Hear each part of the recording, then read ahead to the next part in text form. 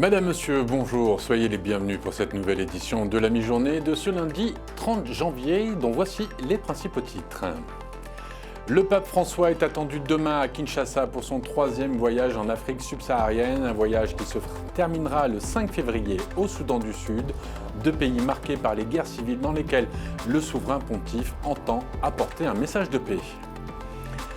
Après 5 saisons de pluie inférieures à la normale, l'est de l'Éthiopie est frappé par une sécheresse historique pour les organisations humanitaires qui voient de plus en plus d'enfants souffrir de malnutrition. Le pire est à craindre. Et pour terminer cette édition, nous nous rendrons en Côte d'Ivoire, dans le village de Duquesne-Crémone, qui est depuis 1960 le refuge des malades de la lèpre et de leurs proches. Initialement prévu début juillet 2022, le 5e voyage du pape en Afrique se déroulera du 31 janvier au 5 février 2023. Un voyage qui débutera en République démocratique du Congo pour se terminer le 3 février à Djouba, la capitale du Soudan du Sud. Il s'agira de son 3e voyage en Afrique subsaharienne où l'Église connaît un dynamisme qui pourrait faire saliver de jalousie l'Europe. Aymeric Torragnan. Difficile de manquer les nombreuses affiches du pape François qui trône sur les artères des boulevards et avenues de Kinshasa, la capitale de la RDC. À 24 heures de la visite du souverain pontife, la ville a déjà fait sa toilette et les populations s'apprêtent elles aussi à accueillir l'illustre hôte. Les t-shirts et autres objets à l'effigie du pape se vendent comme de petits pains. Par exemple ici, à la paroisse de Notre-Dame du Congo à Kinshasa, les fidèles ne veulent surtout pas se faire compter l'événement. J'ai acheté ce calendrier, je suis heureuse d'avoir l'effigie du pape à la maison. C'est une grande bénédiction pour moi et mes enfants. Il me faut porter l'effigie du pape, parce que la grande bénédiction arrive. Il le faut. Du côté du gouvernement, les réunions préparatoires se multiplient depuis la semaine dernière pour que cette visite papale se déroule dans de bonnes conditions. Le grand moment très attendu de ce voyage en Afrique du chef de l'Église catholique sera la messe du mercredi à l'aéroport de Ndolo, totalement réaménagé, où plus d'1 million de personnes sont attendues. À cet effet, le gouvernement a pris des mesures pour permettre à un grand nombre de fidèles de participer à cette messe. Déjà, aujourd'hui, nous pouvons annoncer que la journée du mercredi, qui est la journée de la messe papale, sera une demi-journée. Les heures ouvrables seront plutôt les après-midi pour permettre aux fidèles, les avant-midi, de se rendre au service religieux, mais que ces jours-là, il n'y aura pas classe. Il faut que cela soit bien clair, comme ça, les parents savent que mercredi, il n'est pas question de se stresser pour se lever tôt pour amener les enfants à l'école. L'arrivée du pape qui était prévue en juillet dernier et reportée pour des raisons de santé du souverain pontife est très attendue dans le pays, connu pour son attachement à la religion. Mardi, l'avion du pape François devrait atterrir à 15h heure locale à l'aéroport de Kinshasa. Il devait se rendre à Goma dans l'est du pays, mais cette étape a été annulée à cause de la situation sécuritaire dans la région. Une déception pour les habitants de Goma qui auraient souhaité recevoir eux aussi les bénédictions du pape directement sur le territoire. Après Kinshasa, le pape se rendra vendredi au Soudan du Sud. Et on reste en RDC au jeudi 26 janvier, après la prise de la ville de Kichanga à l'est du pays par les rebelles du M23, les autorités et la population redoutent une pénurie de nourriture, même si près de 90% de la population a quitté la ville. Une crainte due principalement au fait que cette cité est un axe important de circulation puisqu'elle permet de relier Goma, chef-lieu du Nord Kivu, à la partie septentrionale de la province. Dans la Corne de l'Afrique, après des pluies insuffisantes ces dernières semaines, l'impact de la sécheresse sur la sécurité alimentaire et nutritionnelle sera dévastateur selon l'ONU, sans compter que la crise humanitaire dans cette région de l'Afrique s'étend et s'aggrave. Pour l'Organisation des Nations Unies, 22 millions de personnes se retrouveront en 2023 en situation d'insécurité alimentaire aiguë en Éthiopie, au Kenya et en Somalie. Et l'Éthiopie, justement, en raison de cette sécheresse, c'est à l'est du pays qu'augmente de façon spectaculaire dans les hôpitaux et les centres de santé le nombre d'enfants souffrant de malnutrition. Avec des pâturages devenus poussière et des puits sans une goutte d'eau, impossible pour les populations de faire sans l'aide humanitaire. Soukaina Skali. Devant cet hôpital de fortune de God, en Éthiopie, la file est bien longue. Beaucoup de mères attendent avec leurs nourrissons pour espérer obtenir des soins. Cette année, la sécheresse historique a plongé 12 millions de personnes en situation d'insécurité alimentaire aiguë dans le pays. Lorsque la mère est sous-alimentée, elle aura un enfant souffrant de malnutrition. Quand elle est enceinte, si elle est sous-alimentée, il se peut qu'elle accouche d'un enfant souffrant de malnutrition et il se peut qu'elle n'ait pas assez de lait. Certains éleveurs ont pris la décision de vendre leur bétail et de quitter leur village. Cette année, la sécheresse a poussé plus d'1,7 million de personnes en quête d'eau et de nourriture. C'est le cas de cette mère et de son bébé. En raison de la sécheresse, mon enfant n'a pas bénéficié d'un service médical approprié. Nous étions trop occupés à faire face à la sécheresse, à sauver le bétail et à penser à la survie de la famille. À cause de tous ces problèmes, l'état de mon enfant s'est détérioré. La sécheresse actuelle s'explique par une succession de 5 saisons des pluies défaillantes depuis fin 2020. Illustration des conséquences de ce changement climatique, des symptômes visibles. Quand il y a une sécheresse, les personnes peuvent avoir la diarrhée et après la diarrhée, c'est la malnutrition. La dernière famine dans la région, qui avait fait 260 000 morts en Somalie, remonte à 2011 et avait été le résultat de 2 saisons des pluies insuffisantes consécutives. La moitié des victimes étaient des enfants de moins de 6 ans.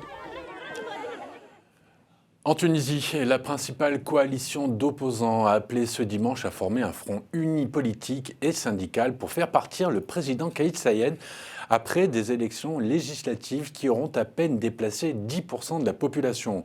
Pour l'opposition, il est temps de créer l'union et aller à une élection présidentielle anticipée.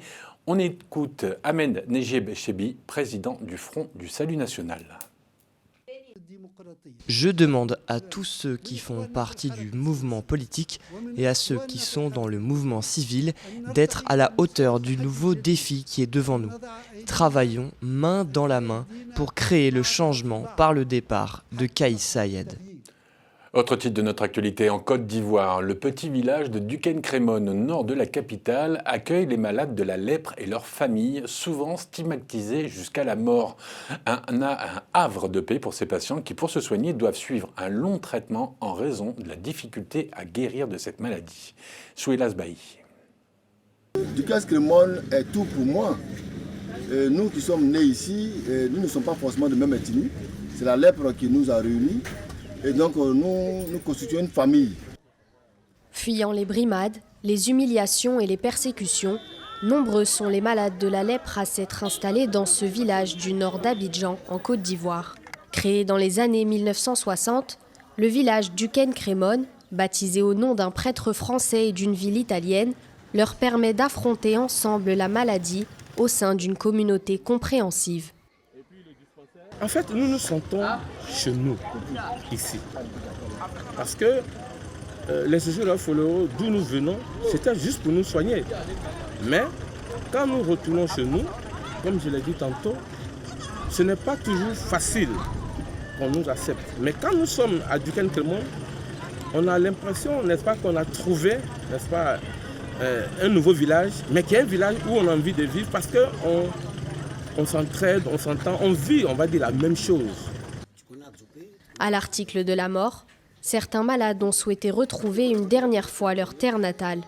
C'est le cas de la défunte mère de Mathieu Okoma Agoa, adjoint au maire de Duquesne-Crémone, qui témoigne des mauvais traitements subis par sa mère et de l'accueil horrible qui lui a été réservé jusqu'après sa mort. Et donc, étant agonisante, je l'ai fait rentrer dans son village, sous sa demande. Après son décès, j'ai été marqué par les faits. La maison dans laquelle elle a séjourné avant sa mort a été cassée.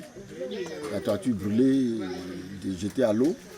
Et ils l'ont même enterrée en bordure de la Komoué, sous prétexte qu'elle n'avait pas droit au cimetière commun. Désormais guéris, les survivants de cette maladie infectieuse qui affecte la peau cohabitent avec les malades dans le village, qui sont au nombre de 54. Aujourd'hui, la lèpre touche encore près de 3 millions de personnes dans le monde. Un accident de la route au Bénin qui fait au moins 20 morts, une explosion dans une mosquée au Pakistan qui fait une vingtaine de morts également, et l'Inde qui rend hommage au Mahatma Gandhi 75 ans après son assassinat. C'est le reste de l'actualité préparée pour vous par Lorraine Mabou et Noël Dong. Au Bénin, un accident de la route a fait dimanche au moins une vingtaine de morts. La collision mortelle survenue entre un camion de marchandises et un bus de transport s'est produite à l'entrée de la ville de Dassa, à 200 km de Cotonou. Le choc a provoqué un incendie.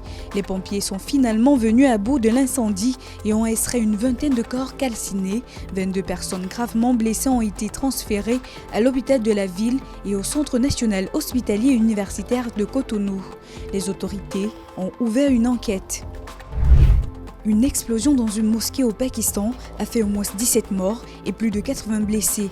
L'explosion s'est produite ce lundi lors de la prière du midi dans une mosquée située à l'intérieur du quartier général de la police de Peshawar dans le nord-ouest du Pakistan. Une partie du toit et d'un mur de la mosquée se sont effondrés sous le souffle de l'explosion. Après plusieurs années d'un calme relatif, les attentats ont repris de plus belle, menés par les talibans pakistanais ou des groupes séparatistes balouches. Le Premier ministre indien a rendu hommage ce lundi à Gandhi, assassiné il y a 75 ans. Narendra Modi s'est rendu à New Delhi, au mémorial Raj Ghat, du héros de l'indépendance du pays, abattu à bout portant par un fanatique hindou en 1948. Le Premier ministre a déclaré qu'il rendait également hommage à tous ceux qui ont été martyrisés au service de la nation. La date anniversaire de l'assassinat de Gandhi, surnommé Bapu par les Indiens, est également jour du martyr dans le pays. C'est au cours d'une prière multiconfessionnelle en janvier 1948 que le Mahatma Gandhi, adepte de la non-violence, a été assassiné par Nathuram Godse, un fanatique hindou qui ne supportait pas son habitude d'apaisement à l'égard des musulmans du pays. Retour en France. Pour le texte de réforme des retraites, pas moins de 7000 amendements ont été déposés en commission à l'Assemblée nationale à la veille de la journée de mobilisation nationale. Des amendements déposés principalement par l'opposition de gauche, soutenus par les organisations syndicales qui elles-mêmes ont reçu la confiance d'un Français sur deux. Écoutez. Ce qui est intéressant, c'est que quand vous demandez pas uniquement la question du rejet, mais la question de la confiance. La confiance principale à l'heure actuelle n'est exprimée à l'égard d'aucun des acteurs qui sont présents dans le débat national. Quoi qu'il en soit, dans la hiérarchie, c'est vraiment une confiance qui est bien plus importante à l'égard des organisations, des confédérations syndicales qu'à l'égard du gouvernement et du président de la République. Pour faire vite, on a près d'un Français sur deux qui déclarent accorder leur confiance aux organisations syndicales et moins de 30% à l'égard de l'exécutif. Le chef de la diplomatie américaine, Anthony Blinken, est arrivé au Caire dimanche où, avant de se rendre à Jérusalem et Ramallah, aujourd'hui et demain, il a rencontré le président égyptien Abdel Fattah al-Sisi. C'était la première étape de sa tournée éclair au Moyen-Orient, en pleine flambée des violences israélo-palestiniennes, un déplacement pour tenter d'user de l'influence des États-Unis afin d'apaiser les tensions. Coup de projecteur maintenant sur l'Afrique qui avance avec les prêtres africains qui permettent de continuer à faire vivre les églises françaises où ils sont très appréciés par les paroissiens, comme vous allez le découvrir dans ce reportage.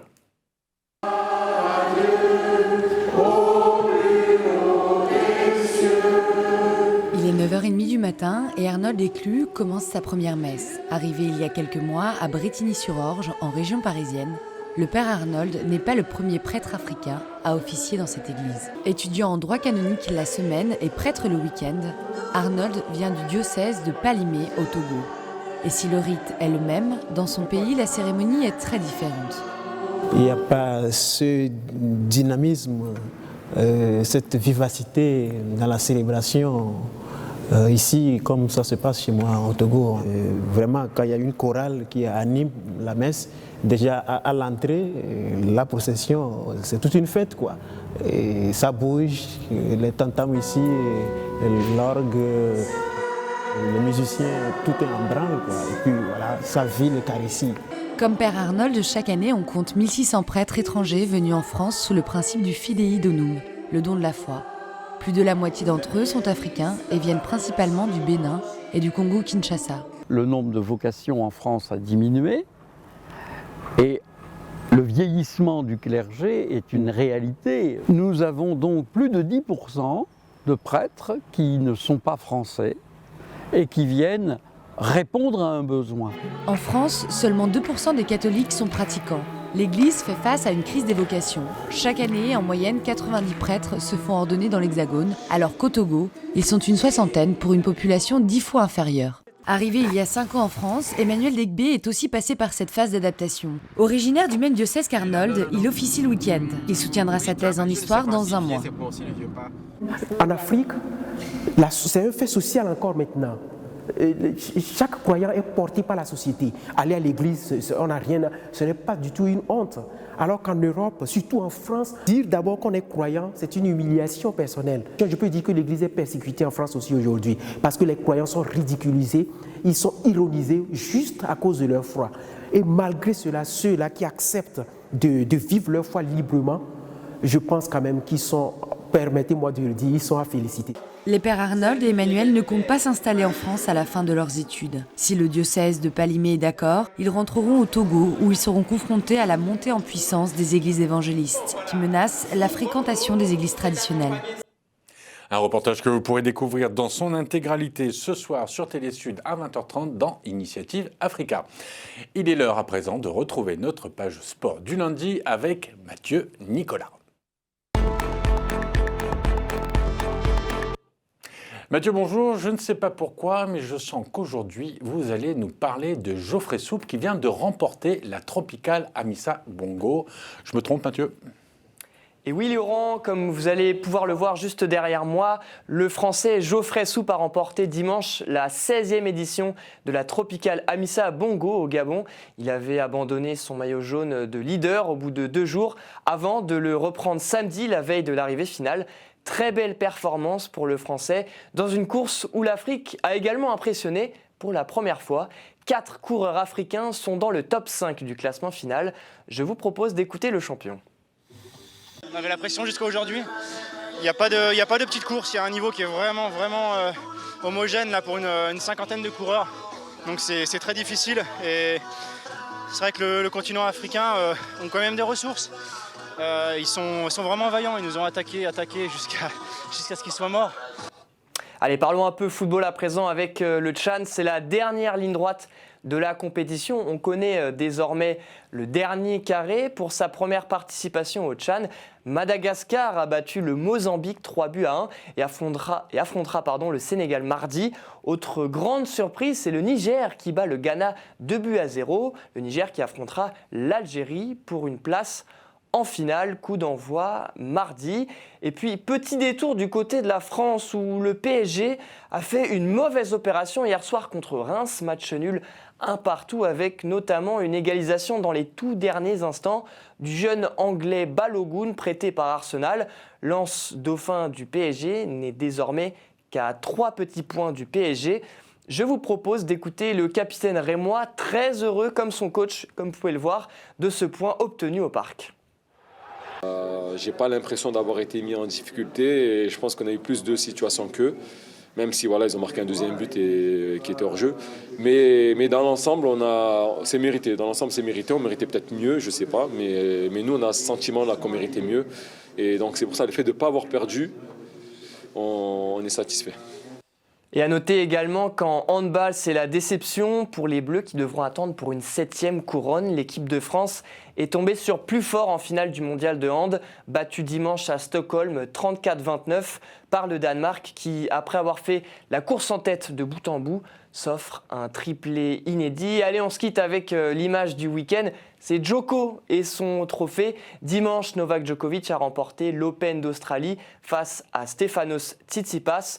Le Serbe remporte son 10e titre au Pays d'Oz et égale le record de 22 titres du Grand Chelem de Rafael Nadal.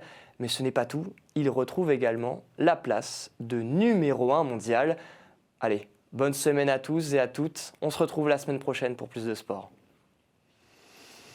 Merci Mathieu. On vous retrouve la semaine prochaine, j'espère. Allez, on termine cette édition avec le docteur Aïcha Ndoye, gynécologue et scénologue à la Polyclinique de Bordeaux, qui chante pour ses patients lors de l'anesthésie. Et on l'écoute reprendre un classique d'Alicia Keys.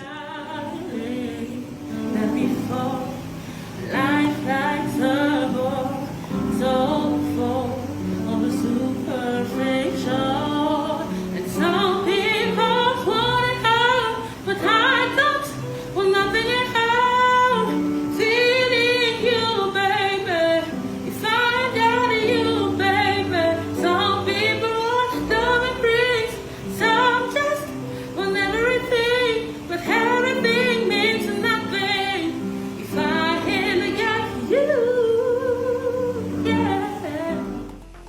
quel talent. Allez, c'est terminé pour aujourd'hui. On se retrouve demain pour une nouvelle édition de la mi-journée. En attendant, comme d'habitude, passez une bonne journée et à demain. Au revoir.